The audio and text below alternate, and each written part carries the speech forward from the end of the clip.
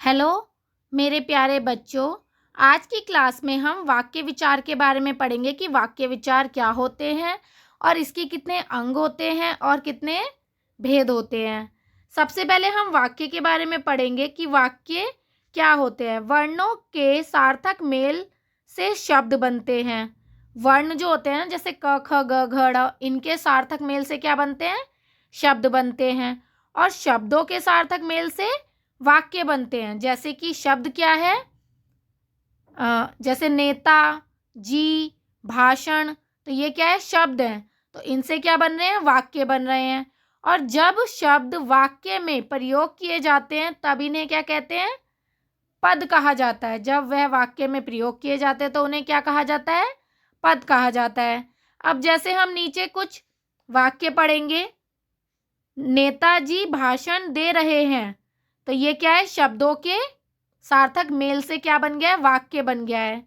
दादाजी अखबार पढ़ रहे हैं, शेर दहाड़ रहा है, तो ये क्या बने हैं?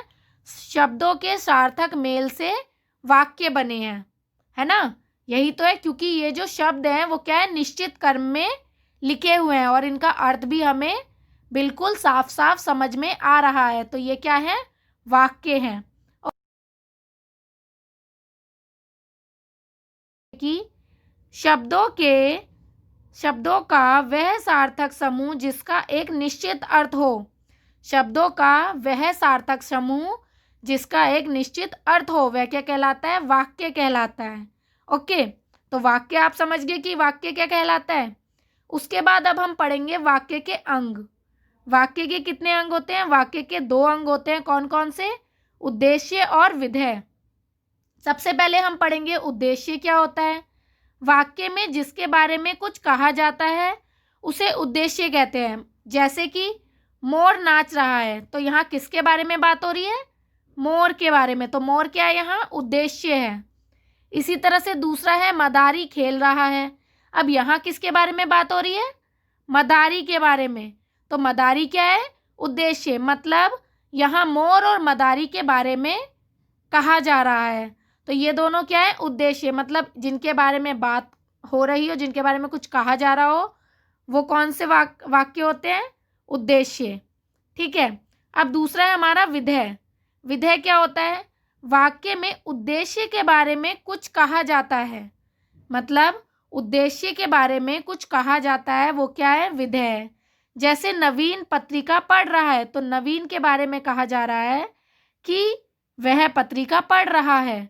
इसी तरह से गोपाल खेत जोत रहा है, तो गोपाल के बारे में क्या कहा जा रहा है? कि खेत जोत रहा है।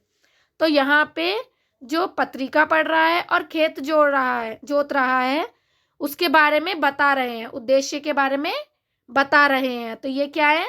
विधेय है। क्या है ये? विधेय। ठीक है। अब हम पढ़ेंगे वाक्य के भेद। वाक्य के कितने भेद होते हैं? वाक्य के 2 भेद होते हैं। ठीक है। वाक्य के 2 आधारों पर किए जाते हैं। वाक्य के भेद 2 आधारों पर किए जाते हैं। कौन कौन से आधार हैं? रचना के आधार पर और अर्थ के आधार पर। सबसे पहले हम पढ़ेंगे कि रचना के आधार पर किस तरह से किए जाते हैं। रचना के आधार पर वाक्य 3 प्रकार के होते हैं: सरल वाक्य, संयुक्त वाक्य और मिश्र वाक्य। अब हम एक एक करके इन सभी को समझेंगे। सबसे पहला है हमारा सरल वाक्य। सरल वाक्य कौन से होते हैं? जिन वाक्य में केवल एक उद्देश्य तथा एक विधेय होता है उसे सरल वाक्य कहते हैं। मतलब जिसमें एक ही उद्देश्य होता है और एक ही विधेय होता है। जैसे कि पढ़ते हैं हम, रामदीन मेरा नौकर है, तो रामदीन क्या है? यहाँ उद्देश्य है, और मेरा नौकर है क्या है? विधेय है। तो एक ही उद्देश्य है और एक ही विधेय है, तो ये क्या है? सरल वाक्य है। इसी तरह से दूसरा है, मैंने निबंध लिख लिया है, तो मैंने क्या है? मतलब जिसके बारे में बात हो रही है, उद्देश्य हो गया। निबंध लिख रहा है, ये क्या हो गया? विधेय हो गया। तो जहाँ पे एक उद्देश्य हो और एक विधेय हो, वो क्या है? सरल वाक्य है। ओके। अब दूसरा है हमारा संयुक्त वाक्य। संयुक्त वाक्य का अर्थ होता है जुड़ा हुआ। क्या अर्थ होता है? जुड़ा हुआ। जिस वाक्य में एक से अधिक सरल वाक्य किसी संयोजक शब्द द्वारा जुड़े रहते हैं उसे क्या कहते हैं? संयुक्त वाक्य कहते हैं। जैसे कि हम इसके उदाहरण देखते हैं, तन्मय खेल रहा है और नमन सो रहा है। अब जो तन्मय खेल रहा है वो एक वाक्य है और दूसरा वाक्य क्या है, नमन सो रहा है। अब इन दोनों वाक्यों को कौन सा शब्द जोड़ रहा है, और जोड़ रहा है। वो क्या है, एक संयोजक शब्द है, मतलब दो वाक्यों को जोड़ रहा है, वो क्या है, एक संयोजक शब्द है और, तो इसलिए ये क्या है, संयुक्त वाक्य है। इसी तरह से दूसरा वाक्य क्या है, सीमा परिश्रमी है और मीना आलसी है। तो इन दोनों को क्या जोड़ रहा है, पर। सीमा परिश्रमी है, पर मीना आलसी है। तो पर क्या है यहाँ पे, संयोजक शब्द है जो दोनों वाक्यों को जोड़ रहा है, इसलिए ये भी क्या है, संयुक्त वाक्य। तो यहाँ पे क्या है, और पर जो है वो दो वाक्यों को जोड़ रहे हैं, तो क्या कहलाएंगे, संयुक्त वाक्य कहलाएंगे। जो दो वाक्यों को जोड़े वो कौन से वाक्य कहलाएंगे, संयुक्त वाक्य कहलाएंगे। अब अगला है हमारा थर्ड, मिश्र वाक्य। मिश्र वाक्य कौन से होते हैं, मिला हुआ, जिसका अर्थ क्या होता है, मिला हुआ। जिस वाक्य में एक प्रधान वाक्य हो और एक या एक से अधिक आश्रित उपवाक्य हो, वो क्या कहलाएंगे, मिश्र वाक्य कहलाएंगे। जैसे जो जीतेगा उसे पुरस्कार मिलेगा, मतलब आश्रित उपवाक्य ये हो गया और प्रधान वाक्य ये हो गया। मतलब ये वाला जो वाक्य है आश्रित वाक्य, वो पहले वाले प्रधान वाक्य के ऊपर आश्रित है ना, क्योंकि जो जीतेगा उसे ही पुरस्कार मिलेगा, जो नहीं जीतेगा उसे नहीं मिलेगा। ठीक है ना, तो ये क्या है, आश्रित उपवाक्य है कि जो जीतेगा उसे ही पुरस्कार मिलेगा। ठीक है। अब दूसरा है, हमने एक घोड़ा पाला जो बहुत तेज दौड़ता था। अब ये आश्रित उपवाक्य किसके ऊपर आश्रित है, प्रधान वाक्य के ऊपर, क्योंकि जब हम घोड़ा ही नहीं पालेंगे तो वो तेज कैसे दौड़ेगा। तो हमने क्या बोला, वह हमने एक घोड़ा पाला जो बहुत तेज दौड़ता था। तो हमने एक घोड़ा पाला क्या है, प्रधान वाक्य, और दूसरा क्या हमारा, आश्रित वाक्य। मतलब एक या एक से अधिक आश्रित उपवाक्य बन गए हैं यहाँ पे।